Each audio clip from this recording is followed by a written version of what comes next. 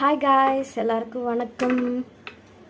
இப்போ பாருங்கன்னா மாங்காய் ரெசிபி செய்யலான்னு சொல்லிட்டு இது ஒட்டு மாங்காய் 2 மாங்காய் எடுத்திருக்கேன். மாங்காய் ஊறுகாய் பண்ணேன். இப்போ கட் பண்ணிக்கலாமா? நம்ம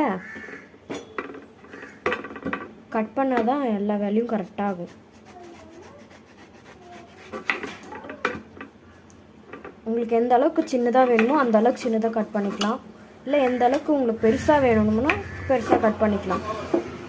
உங்கள் சாய்ஸ் தான் அது. இதில் கட் பண்ணுறது தான் விஷயமே.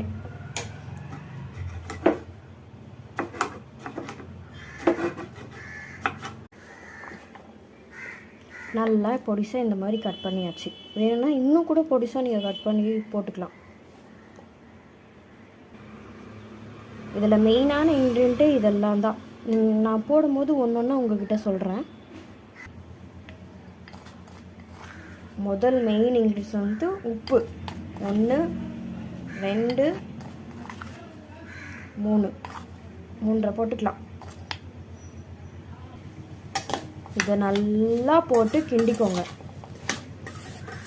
முடிஞ்சால் ஒரு 1/2 hour இல்லை 2 hours கூட நீங்கள் ஊற வச்சிடலாம்.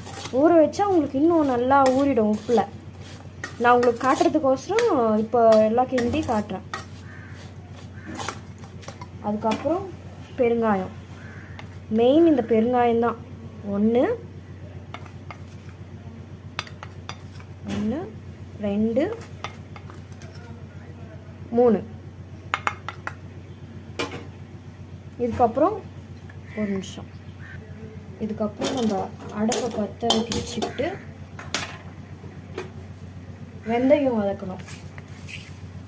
இதுவும் ஒரு ஸ்பூனு 2 3 ஸ்பூன் போடணும். போட்டு நல்லா வதக்கணும். சிம்லேயே வச்சு வதக்கணும். நல்லா இந்த பொன்னிறமாக வதங்கிட்டிங்கன்னா ஒரு ஸ்மெல் வரும். உங்களுக்கே அது தெரியும். ஒரு ஸ்மெல் வரும். அப்போ நீங்கள் இறக்கிட்டு ஒரு மிக்ஸி ஜாரில் அரைச்சி ரொம்ப நைஸாக அரைச்சிக்கோங்க. ரொம்ப இது பண்ணாதீங்க. அதுக்கப்புறம் மிக்சியில் அரைச்சிங்கன்னா இந்த அளவுக்கு சாஃப்ட் ஆகிடும். இதுவும் இதில் போட்டுக்கலாம்.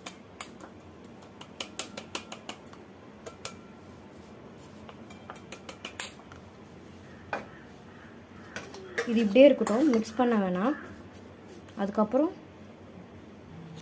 சுத்தமாக எடுங்க. இதுக்கு நான் ஊற்றிக்கிறேன்.